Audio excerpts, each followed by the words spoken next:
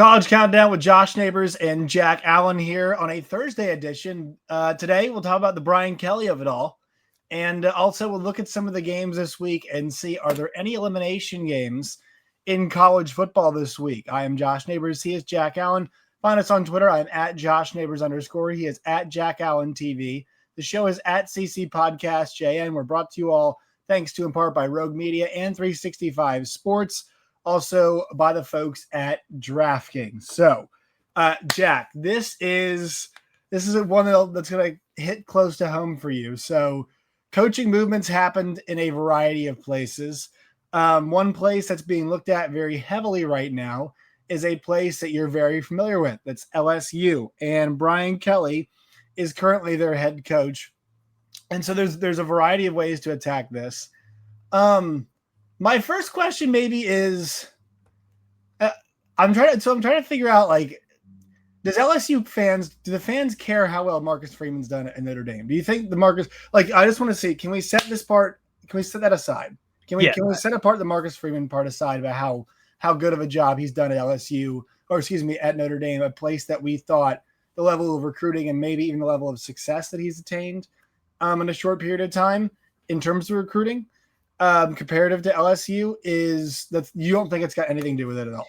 I really don't. Just, with the people that I talk to, the people that I follow on social media, my friends back home, the group chats that I'm in, none of them have mentioned Marcus Freeman. It's not really suddenly we're realizing maybe Brian Kelly was holding them back. I don't think that that's really been the conversation until it becomes why should we fire them? And people are looking for more ammunition. That's the only time it comes up, is whenever people are starting to look for more ammo and reasons why. I don't think anybody's really looking at Notre Dame. They're looking at LSU right now and thinking, here's a team that should have been top 10, top 5, top 1 in the country this season. And they just lost to Vanderbilt, a team that they've never lost to in my lifetime. And suddenly it's the red flags, the warning bells are going off everywhere. And you're sort of in this limbo because it's $50+ million, but we've seen that already in this coaching cycle, that doesn't necessarily mean that you're safe. Yeah. So we set that side apart. It makes me want to get to this. I was listening to a really good podcast called The Press Box. It's done by Brian Curtis at The Ringer. He does it with Joel Anderson on Thursdays. And today they were talking about New York mayoral candidate Zohran Mamdani and the job that he has done navigating the media. And this can be said about a lot of coaches and also a lot of political figures. Like, I think the same credit could be given to a Donald Trump, but really about how to navigate the moment you're in.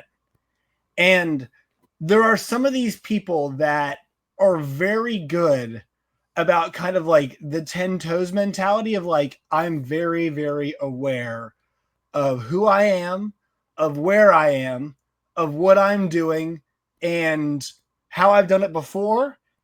And will it keep, Nick Saban, very, very aware of what he is doing. I think he got out at a certain time because he's I could change, but I don't have to. And guess what? I'll still get paid a lot to do something. And I think you saw it this week. Another guy who's kind of on that level is James Franklin, right? Well, I'm not sure I could have a sympathy for a guy who's paid $50 million to not work. But speaking of Nick Saban, how about I go and talk to him on game day? And gosh, they had a lot of sympathy for the guy who's making $50 million to not work. And they didn't ask him what went wrong. It was never asked what went wrong the last 3 games. And I don't think he should have been fired, but they never asked that. And so I think Brian Kelly definitely falls in the category of guy where Mike Gundy kind of got away for really not always being 10 toes and knowing. And then the moment kind of gets away from him for a second. And all of a sudden things really look bad. And look, Brian Kelly is 10-4, 10-3, 9-4, and now 5-2. And I think they messed this one up because the offensive line, but just from a messaging standpoint, he really never seemed to get it from the word go at LSU. And he's kind of been the opposite of the man who knows how to navigate the moment, where he has now become the moment is crushing the man, although the man is still pretty good, but the moment is just kind of getting the better of him repeatedly right now. Well, do you feel that way? it's so funny to see him coming off of Coach O. Coach O, a guy who knew how to punch all the right buttons in Louisiana, culturally, politically. Like, he knew how to play that game so well because he grew up in it, because he was so familiar with it. Whereas Brian Kelly, the knock on him was always, oh, who's this Yankee outsider that's coming in to our culture? The whole family bit, which I think was overblown, but it just spelled out what people were feeling, which was this idea of he's not one of us, he's not one of ours. And there's a bit, to what you talked about this understanding of your place in the cultural identity and understanding of the perception of you and how what you say can play into that. And I think that that's one thing that Brian Kelly has done a poor job. I think back to that USC loss where he's slamming on the desk and trying to put up this outrage, and it just didn't really fit with culturally how LSU has always operated. You think back to him going after Michael Cobble, one of the reporters at LSU earlier this year, talking like trying to defend his guys, like trying to defend his offense, which had just won a game against Florida. And it's like, I got it. Like, I get what he's going for and what he's trying to do, but the messaging did not match the messenger, or maybe matched the messenger too well and played into the perceptions that people already had of him, that he was kind of out of his element, that he was not culturally a fit, that he was not coaching a fit, and not a fit for what LSU's trying to do right now. And the more that he continues to do that, the easier it is to say, oh, we need to get somebody that's more of our ilk, that is more pushing in the direction that we want to go. Yeah, because you think about like the 2019 team, and Joe Brady's young, successful, they've got that. I mean, he wasn't in the OC, I think, right? Was it he was a co-OC. Yeah, I forgot who he was with. Who was it? Was it Mike Denbrock? It wasn't Mike Denbrock. No, because Denbrock came in after. Yeah, whoever it was, didn't really matter. But like then, because it's like that team was like a player-led team. Like, it was kind of vibe and player-led, and those guys kind of knew they were on a crushing path. And like Dave Aranda too. Like, if you don't know Dave Aranda, like you're very familiar with him. Really, really different dude. Like, really introspective, different guy. And like, he kind of had the defense over here on one side. They were the top 40 defense, I think. But like, he kind of demands a certain thing out of his players, and those guys met that, obviously. And the offense is kind of its own deal, and coach did a good job with that. And then when it was time to be actual coach again, he couldn't adjust. And it was funny. We had somebody on our radio show this morning who was just a guy playing in a golf tournament here. I believe his name was Derek Saunders or Sanders, a guy from Baton Rouge. And he was like, we kind of all thought Brian Kelly would bring the discipline, but like, it was a classic overcorrection. Like, there is a way to discipline your players, but also to, I think Kenny Dillingham is a good example of this. I think he's a good example. Like, he's the guy who just knows how to navigate media basically perfectly, because he's always like really accountable for what he's saying. And, it's played itself out with his team's performances in the field. Like, what Brian Kelly's like saying is not really, he's frustrated, and he's frustrated at everybody. And you can't be mad at everybody. You know what I mean? Like, be mad at yourself, but sometimes just be mad at yourself. You know what I mean? Take your accountability, and like, don't really be like specific about anybody else. And I feel like Brian Kelly's just not managing that well. And I do think he was an overcorrection. But like, maybe yeah, you need some discipline too, but it needs to be mixed in there. Like, I think Lane Kiffin definitely disciplines his guys, but also kind of maintains the cool guy persona. I think there's somewhere in the middle that you need to be. And it's the hard thing. That's why these guys are paid so much money, though, is like, persona wise, you have to be a certain thing. And then coach wise, you have to be another. And he's neither, I guess, right now, but the team is still 5-2. Actually, I think with maybe a decent chance to get a 6-2 this week. Well, and the reality is that like, he is also dealt with some issues that have kind of hurt his team. His quarterback has been injured for a lot of the year, trying to play through injury. His offensive line has been banged up. He's playing freshmen at the tackles. Like, that's not a recipe for success in the SEC, especially in the year of our Lord 2025. Like, when everybody is 25, 30 years old, to have freshmen on the O-line is just not a recipe necessarily for success. And I think that they're kind of feeling some of those effects this year. And so like, there are some elements that are out of his control that are playing against him. The problem is that when those things are happening, you have to know how to navigate it. And it feels a little bit like throwing your hands up in the air and, like you said, being mad at everybody, because you don't want to blame specific things, or you can't come up with excuses, because then everybody gets mad at you for coming up with excuses. But you have to find a way to continue to communicate vision, and this is where we're going. And I just don't feel like, I feel like there's a lot of issue at LSU right now of where are things going, because you finally have a defense, which is what's been lacking the last few years. And this was supposed to be when that all kind of came together, and you have the defense, and suddenly it's the other side of the ball that's hurting. And so the question is, at this point, if it's not this year, will it ever happen? Yeah, how do you think this ends? I think a better question. When do you think this ends? I honestly believe that he will get another year. And part of it is just that money is so astronomical, and they, have paid buyouts in not too recent history. But also, when you look at the coaching market right now, I don't think this is necessarily the best time for LSU to be looking. And this is not necessarily the best time for LSU to just jump in the middle of all the other sharks that are out there. You think of a Florida, a Penn State, and Auburn that could come open, in Arkansas. Like, LSU is going to be among the top of those jobs, but I just don't see it being prudent to spend $50 million just to enter into that competition when there isn't necessarily that clear standout of who you would circle to say, this is our guy. Yeah, we had a pretty slow year last year, and this year, I mean, it's been more than it was due. The Newton's cradle had swung up. We were waiting, and made a big collision this time around. Yeah, business picked up. And let's look at the games this week. First, a word from our friends who will help us take us through these games at DraftKings. Your season, your shot. The NFL season is rolling, and every touchdown can bring you closer to a payout with DraftKings Sportsbook, an official sports betting partner of the NFL. From first touchdown scorer to anytime TD props or the thrill of live in-game betting, every snap is loaded with opportunity. New customers, this one is for you. Bet just $5 and get $300 in bonus bets instantly. Plus, score over $200 off NFL Sunday Ticket from YouTube and YouTube TV. Download the DraftKings Sportsbook app and use code NEIGHBORS. That's code NEIGHBORS to get $200 in bonus bets instantly when you place your first $5 bet. Plus over $200 off NFL Sunday Ticket from YouTube and YouTube TV. In partnership with DraftKings, the crown is yours.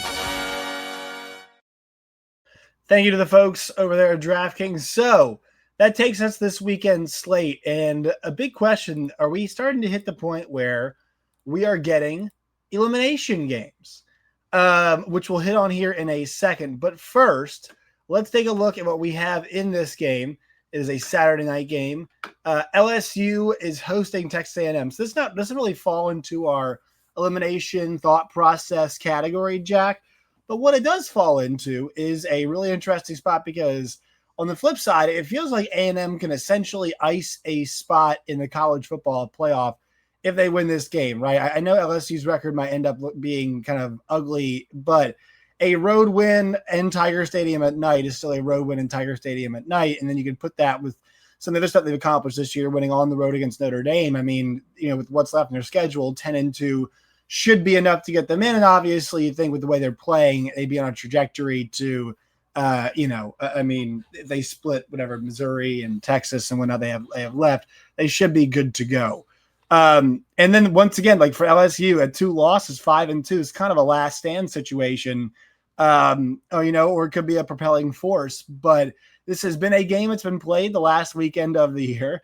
It's now being played, and I think a good setting, a night game at this point. But this is where it's like I love games like this, because it's going to be, I mean, right, wrong, or indifferent, like the narrative coming out of this game will be, this is Brian Kelly's last stand, and how did it go? Even though I think what you said previous to this, on the front side of the break was the more the reality about the money and whatnot. Well, and it's going to be fun. I mean, a night game in Baton Rouge is always going to be fun, but the one thing I always say about LSU, and I'll say it about a lot of SEC crowds, is that the home crowd can be very advantageous, but it can also be very dangerous for the home team. And that's something that we've seen at LSU in the past. The thing we've seen in SEC programs as well is that whenever you're in a situation like this, things can turn south very quickly. And, it's great to have 105,000 people cheering for you, but if things don't go well early, those cheers turn into jeers and they turn into boos, and that momentum and that energy can very quickly flip, and it can almost go against you. And so that's kind of the fear when LSU comes into it off of a game against Vanderbilt where they didn't look great, or they lose against a team that you're not supposed to lose to if you're LSU. If things don't start out well, how does that crowd react, and how does the team respond to that? I think it's really important that LSU comes out strong in the first quarter, sets the tone, and gets those fans into the game. Otherwise, it could be a long night. Into the game and not against them, right? Exactly. Into the game in the positive sense. And the other part of it, we talk about LSU's, playoff, that this is probably the last stand. Like, if they lose, they're probably out, not just from 3 losses, but just you look at the SEC standings and how level things are. If LSU loses this, they fall into the bottom third of the SEC standings. And while they have some games to be able to make up going forward, you basically can play yourself out of contention just by being the 6th place SEC team. They're not going to put in that team compared to other 3-loss SEC teams that are going to finish above you. So that's why I think it's so big for LSU on so many fronts. All right, so you could argue that both of these teams we're about to talk about are going to be just fine no matter what the result, still in this thing, just no matter what the result, because a 10-2 SEC team will probably make it. But at the top of the heap this week, or towards the top of the heap, we've got 2 1-loss SEC teams in Ole Miss and in Oklahoma playing each other. And man, let's see, 1, 2, 3, 4, 5, 6, 7, 8, 9, 10. 10 teams are ranked at the top 25 out of the SEC. But I find the Ole Miss Oklahoma game to be a really fascinating one, because I've thought this about these two teams for a while now, Jack. I think this is one of the Lane Kiffin's best coaching jobs that he's done, because I don't think this team is super special. Now, I don't think teams around them are super special. I think we've talked about John Mateer. I think he's good. I don't think he's I think we got way too excited about John Mateer before the season, and I watched John Mateer tape, and I'm like, I think we think Oklahoma, we think quarterbacks, think Lincoln Riley, and I'm like, that's not what this is. Let's just make sure we do. And look, he's been banged up. I know he's been banged up. I know we're turning off the Texas game. Boy, do they make him look banged up in that one too. But a big opportunity for Oklahoma at home to make a big statement against Ole Miss, where they just kind of got caught in a firefight last week, and Gunnar Stockton was just really good. I thought he was really, really good last week. So your thoughts on Oklahoma, Ole Miss? Is it an eliminator game? Because I really don't see the loser of this game making a college football playoff, because I think they've got one more loss in them. Well, that's the thing, is that I don't think it's necessarily an elimination game right now, but if you don't win this one, it puts your back against the wall. I think the big thing, you talked about John Mateer, I think for him to come out, even if they lose, to come out and look the part again is going to be crucial, because if he still looks like he did against Texas, if he looks, not at the level that he was playing at before the injury, then that's red flags galore. And I don't see a reality where if he's not playing at that level, this team makes it through the rest of the schedule unscathed. And so I think that that's what you've got to look for, is can he play more at the level that he was at the beginning of the year, or is there something that's lingering that's going to keep him from reaching that level? Because if he doesn't and they lose, I see more losses coming down the schedule. Well, even if they win, they've got 2 road games against Tennessee, and then they have a bye week, luckily, then they play on the road against Alabama before they come back home to wrap up against Missouri and LSU. So that is going to be quite the odyssey for the Sooners to close out the season. You flip things around on the Ole Miss side of things. They've got at Oklahoma, South Carolina, the Citadel, and Florida before they're at Mississippi State. So even with the loss, they could be in good shape. But the problem for them right now is their best wins are a 35-point win against Tulane, a 5-point win against LSU at home. And then, it's not great. So this is kind of, look, I'll have to see it. I'll have to see what it looks like. But a 10-2 Ole Miss that's got this loss and that's got the Georgia loss, I think some very interesting questions are going to be asked when their resume is stacked up against other teams, because they might end up being a top 12, but 2 close losses, it's not. We shouldn't give you bonus points for that. And once again, we don't know how far LSU is going to fall. And Exactly. yes, a road win against LSU could be good, but a home win against an LSU team that we don't know where they're going to finish, that's not the feather in the cap. That's the cornerstone of a resume.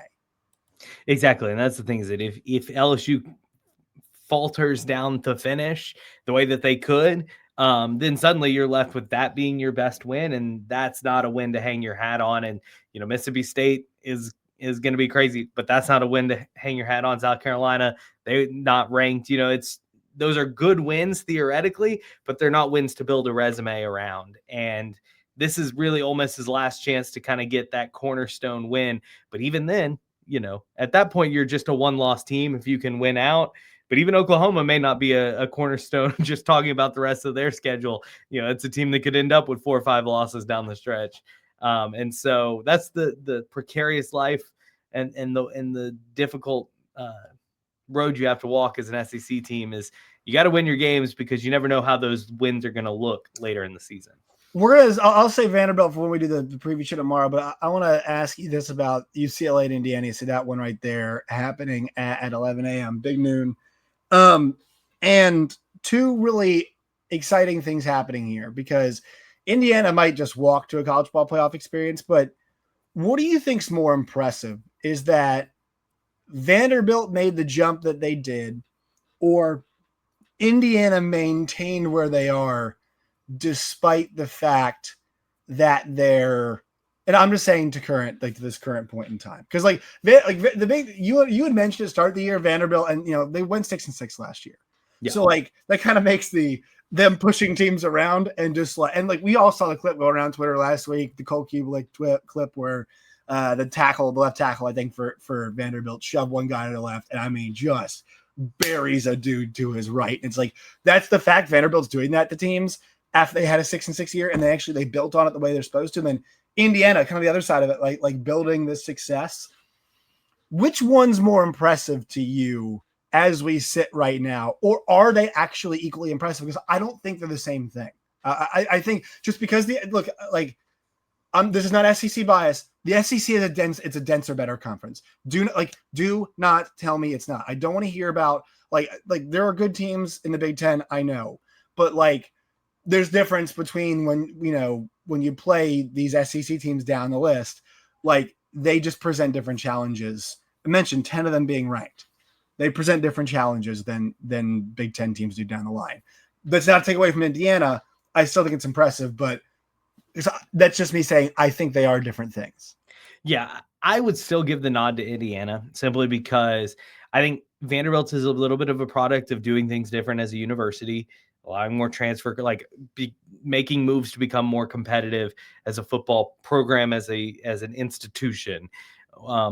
Indiana obviously is getting investment as well, and so I don't want to belittle that fact, but I think that I've always thought that it is a lot easier to get from the middle to the upper third than it is to get from the upper third to the top 5 or 10.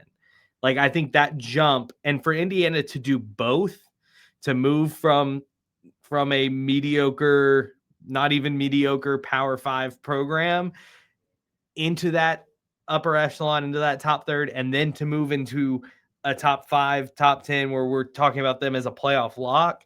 I think that is incredibly impressive, simply because we talk about LSU and we talk about Brian Kelly and what he's being knocked. He's had 4 years to try to get them from that top third to that top 5, top 10, and hasn't been able to do it.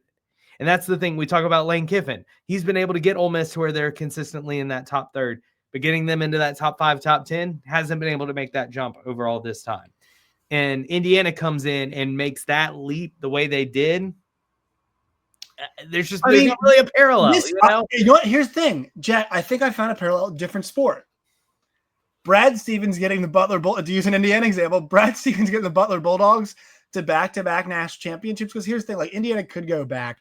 But, man, if you look back at the fact that how much left from that Butler team that one year Now, I think they lost. I mean, they lost, Gordon Hayward. That's Hayward, obviously a big one. Like the guy ended up being a long time good NBA player, and Butler lost, and then goes back to the national championship game. I mean, like that's the only comp I can think of where it's just this like insane 2-year run. And look, like it is difficult. I mean, but maybe he's built Penn State in like maybe he did it in 2. Maybe he did what Paterno did in 40 years and 2 years. Now, once again, times changed. So it affords you a little bit of a different deal. But like maybe he did what Bobby Bowden did, because Bobby would go around and play anybody anywhere to get them more exposure and all that kind of stuff. Maybe and because of obviously like the situation now, it's a lot easier to do. I'm with you. To achieve the way that they are achieving is to me very impressive. Once again, this is not to take away from Clark Lee, and I was just giving the SEC more credit, but like this guy is staying there too. They're paying him very, very well, but I think I like it more too because it's just an example of like, hey, your school can do it too, right? It's going to ruin college football for the next 5-10 years. I mean, it isn't. I think to some extent, like it's investment, right? I mean, it's great. It's an investment. I mean, this is possible. Like this, it's just going to change people's perspectives of what's really possible, and I think keeping a head coaching job is going to be a lot harder. But like, you can do it at Indiana. Yeah, you can do it if you do the right stuff. Like, it's not if you can't just say it. The problem is people will just say it. It's like, well, if blank can do it, why can't we? Well, because you aren't doing it, because you're not close to doing it, and don't act like you are doing it. You can do it if you act really serious. Like I always say, the Missouri example, in Missouri, there's probably a better chance they miss the playoff than they make it this year, right?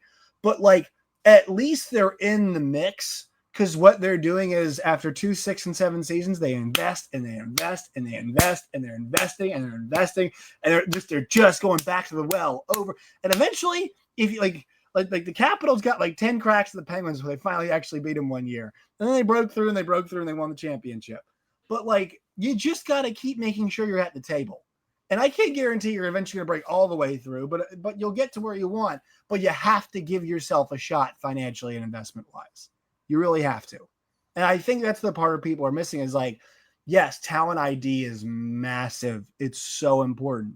But like Tech showing is like Texas Tech's like, hey, we are going to be serious enough to where our roster looks different than the rest of our competition, more like the teams that we want to end up being our competition. That's what it takes. And that's what I'm saying, that you can do it too. Yes. But are your people that really matter willing to do what it takes? That's the question. And Indiana has shown that they can. And but they've got UCLA, and UCLA, they're the giant killers, I guess. Oh, what a story. I mean, I could just every week it's like, do people not? I mean, every journalist do people not know this guy? No, we know he's not the head coach. The problem is he looks like, I mean, if you were to be like, what did a UCLA student look like in 1975? You'd be like, that looks like Jared New. He looks like he was best friends with Bill Walton back in the day. Like exactly right. Floppy hair, visor, it's like golden, just it's perfect. And also I was just reading an article about Tim what's his face. See, once again, there's me not knowing. Now, in my defense, I worked with Rick Neuheisel, so like my Jerry Neuheisel stuff is out there, but the staff's done a great job. And like that's the cool thing about it is like I think about those kids because like they're like, man, we're staring at the worst year of football of my life, and the coach is like, no, you aren't. This can be a positive experience, and they're like, and even if it is negative, I mean, they're still 25.5 point dogs against Indiana. Like even if they love it, and I think they don't care at all. Even if I think the coaching staff is fully aware of the job they're going to have to do, but like, man, the power of self-belief. It's like those kids need to go in there thinking they can win that game, and I'm sure they do. But even if they don't, they still have moments that are going to last them forever, and that's the cool part. Yeah, they've been kicking teams' ass. They kicked Michigan State's ass on the road last week. It's great stuff. All right, Jack, where can folks find you and your work and all of its variety? Jack Allen TV on Twitter, and then ktv.com. I mean, all good Arkansas content. Coaching search continues. They play Auburn this week. Maybe we start a new coaching search if things don't go well for the Tigers at Razorback State. We'll see. That's a hellhole, that Auburn program right now. All right, Jack, we're going to hear one more word from our sponsors. We appreciate you, man. All right. Gambling problem? Call 1-800-GAMBLER. In New York, call 877-8-HOPE-NY or text HOPE-NY 467-369. In Connecticut, help is available for problem gambling. Call 8887-897777 or visit ccpg.org. Please play responsibly. On behalf of Boot Hill Casino and Resort, Kansas. 21 plus age and eligibility varies by jurisdiction. Fees may apply in Illinois, void in Ontario. Bonus bets expire 7 days after issuance. See sportsbook.draftkings.com/promos. NFL Sunday ticket offer for new subscribers only and auto renews until canceled. Digital games and commercial use excluded. Restrictions apply. Additional NFL Sunday ticket terms at youtube.com/go/NFL Sunday ticket/terms. Limited time offer.